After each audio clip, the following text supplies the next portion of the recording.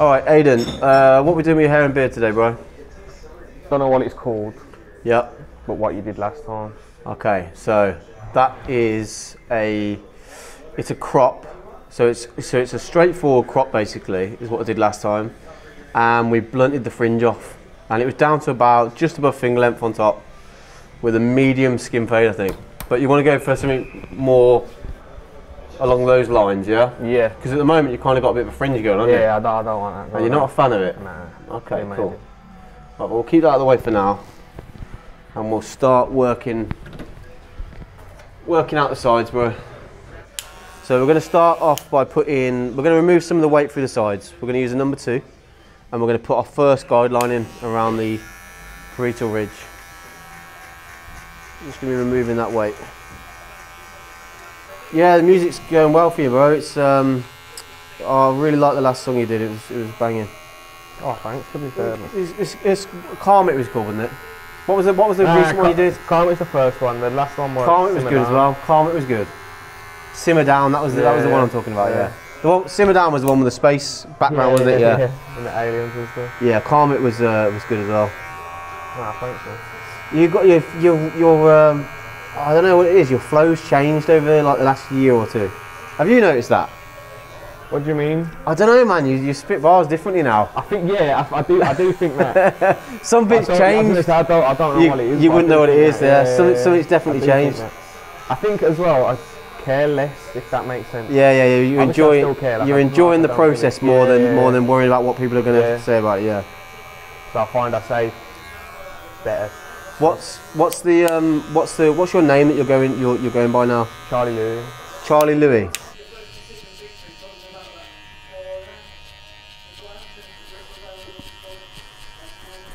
I was talking to your dad, man. He says you're back on the fitness thing now. Yeah, man. Finally. Yeah, it took you a little while to kind of get back in, get motivated. You know what it was? I had little things that just kept doing me in. I had the parasite, and I broke my wrist. Then my stomach back and forth. Yeah. And then you just trying to go back into it after. It's hard to get back in. Yeah. Little things like warming up, and you should be warming up on a certain weight, but that weight feels a bit heavier. Yeah. Yeah. Pick it up. It's just not quite the same. You'll be like, oh, nah. Yeah. Okay, I'm just cross-referencing this 0 line now. I've just looked in the mirror. You can see it was slightly lower on this side, so I'm just bringing it. I'm building it up. It's okay to go back and adjust at any time, as long as it's nice and straight and nice and clean at the end. That's all that matters. I'm going to drop in a 0.5 section now, and it's going to be the clipper with no guard on. I'm going to be taking it about the width of, I'd say the width of a comb. So the width of a comb, all the way across, following this bottom 0 line basically, because that's going to set the base. That's basically the base of the fade.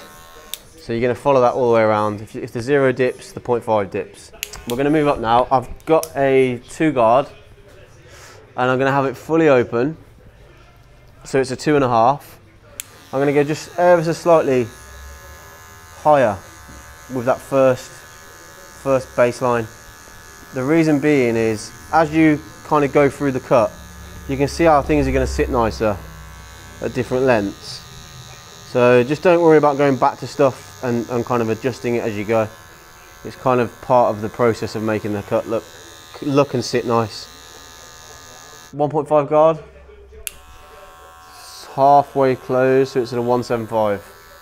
Now I'm going to start knocking out from higher up the blend, and I'm going to take this down and blend all the way to the 0.5 through this last section.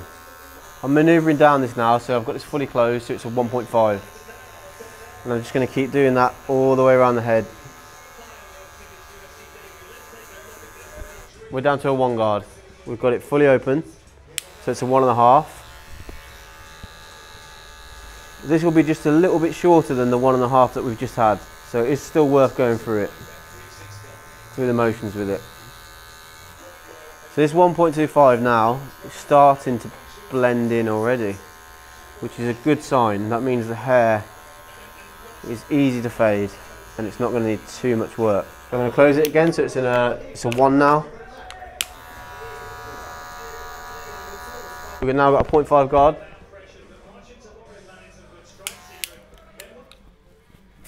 We're going to put it into a 0.75 position.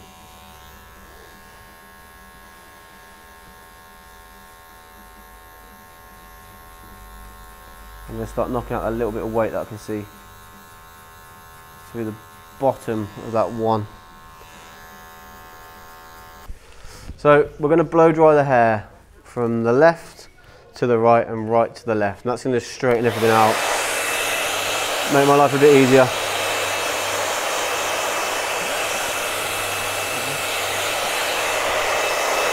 And I want to end up with the hair just damp, really. Makes it look, so it's nice and easy to cut. Okay, so the front, we want the fringe. I'm going to detach the fringe length. Put a bobble in it. Put a little bobble in it. I'm going to just drop it around halfway because I'm going to tidy that up at the end. Now what I want to do is create a graduation from the front to the back.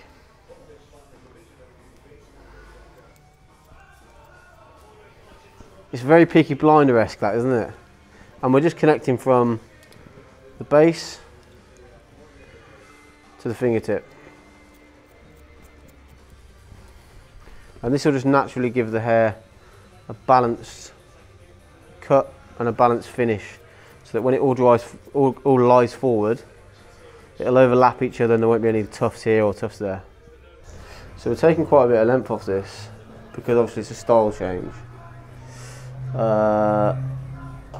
I've kind of remember the last time I cut it and what length it was at.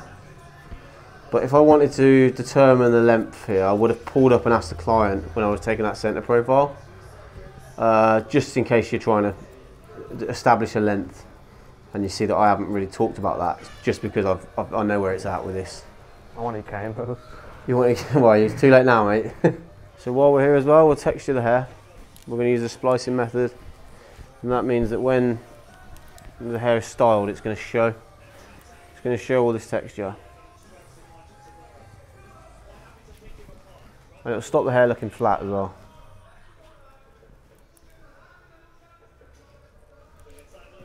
We've got the length established from the back to the front. So we're going to dry it off and then we're going to blend in through the sides and sort the fringe out. I'm going to create a better connection from here to here, which makes it easier for me to scissor over comb. So starting at the crown, I'm going to comb out. I'm going to keep a 35-degree angle off the head. And I'm going to follow that all the way around.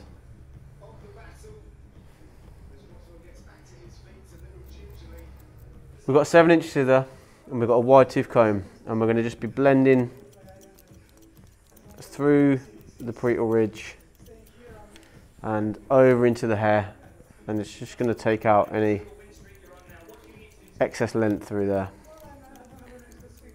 This is kind of one of the most important bits about this cut.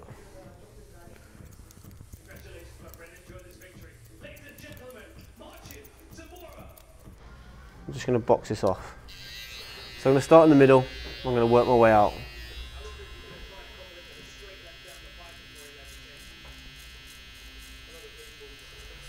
I'm going to make this really blunt and then I'm going to texture it with scissors.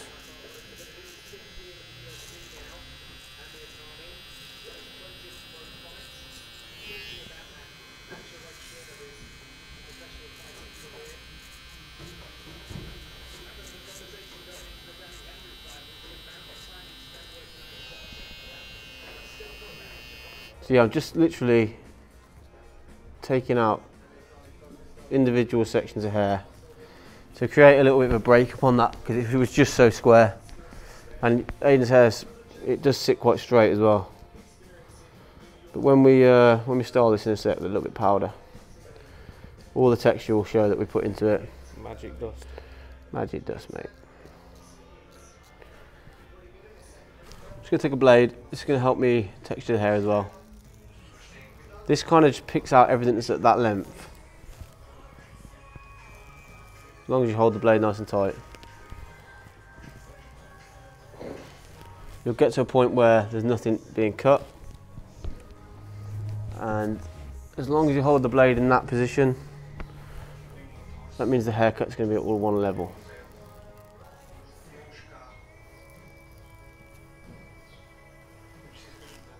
Okay, we've got tea tree sea salt spray. We're going to drop it in the beard, and that's going to make it a bit easier to style and to cut.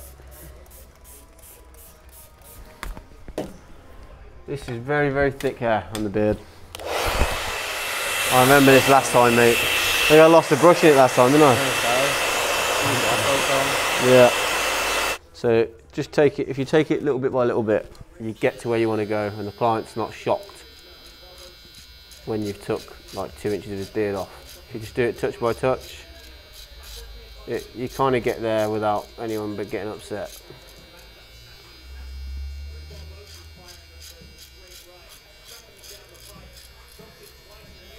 I'm putting a shape on the beard. I'll spin him around for you. You can see there's starting to become a round shape there. We're going to tone in all this as well. It's going to just match up nicely, and then we'll take a little bit out the front of the beard. It's going to sit really nice.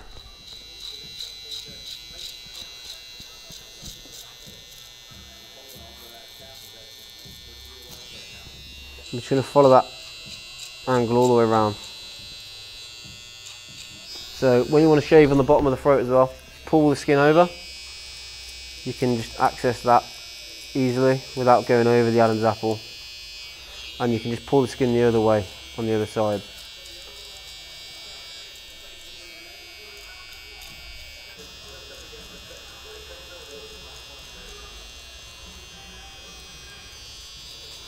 Again, it's just all about symmetry really with a beard trim. You've just got to make sure that if there's a weaker side or a pattern, some kind of growth pattern, you just got to match the other side up to it, because everyone's looking for symmetry.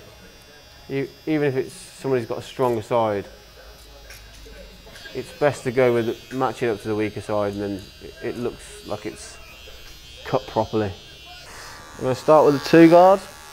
It's going to be in a 2.5 position, so it's fully open. I'm just going to start blending in through the cheek line.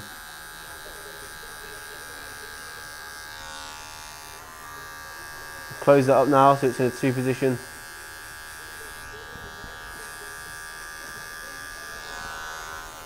And then I'm going to drop the guard off. I'm going to tilt the clipper up so it's in a 1 position. This saves me chopping and changing through guards. I'm going to drop it down a little bit.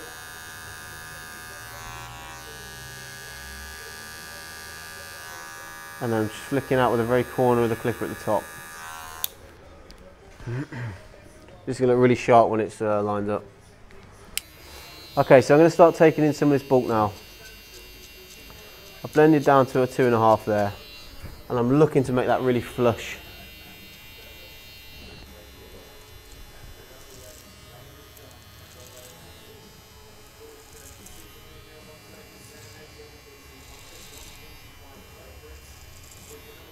Okay, so at this corner, I've got to decide what I'm doing with it. I'm going to come down and mark on the heel of the beard. Mark out the heel. I think I should go for I think it's going to look best with a nice chunky, square looking heel.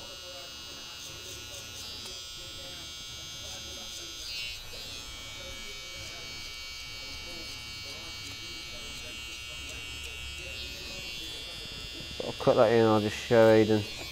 But we're going to round it, so we're going to come, I'm going to take just that corner off.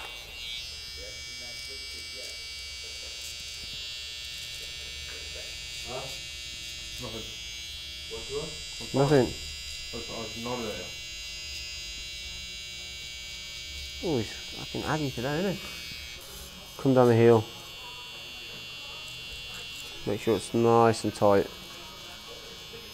And push up to it. Okay, we'll drop this top line in. So we're going to start up here. We're going to push up to where we think the line should sit. And that way we can take more if need be. That looks great there.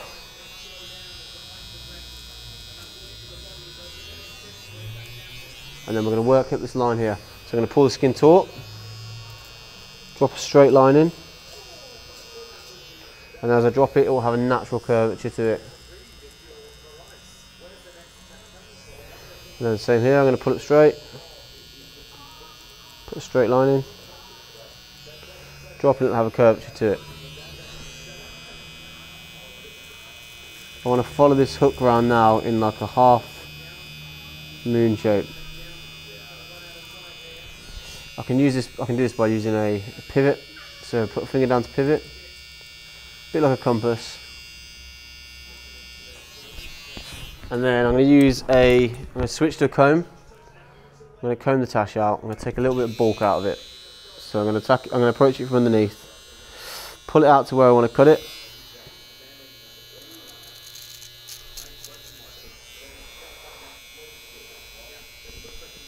I think it's a little bit heavier at the front. That looks short enough, or you want to go shorter? A little bit shorter. Touch shorter, yeah? Edge bits up there. Okay, touch shorter. This was like good.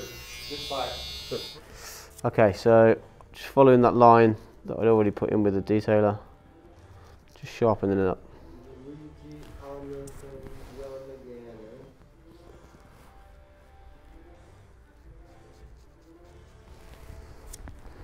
Same through the bottom. Okay, so I want a nice matte finish on top of the hair here, and I'm going to want to show some texture.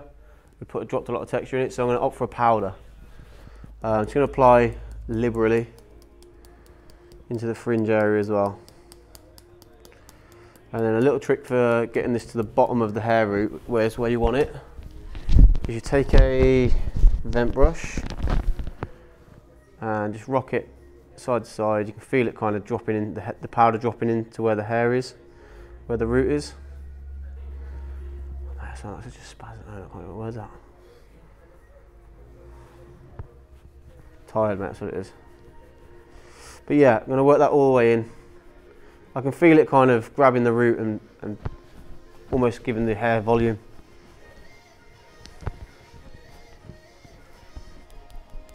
This is a great scent, mate. You're going to love this.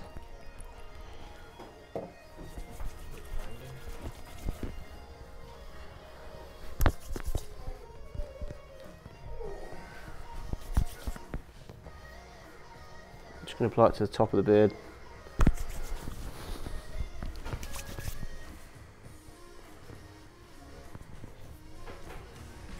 Okay, cool.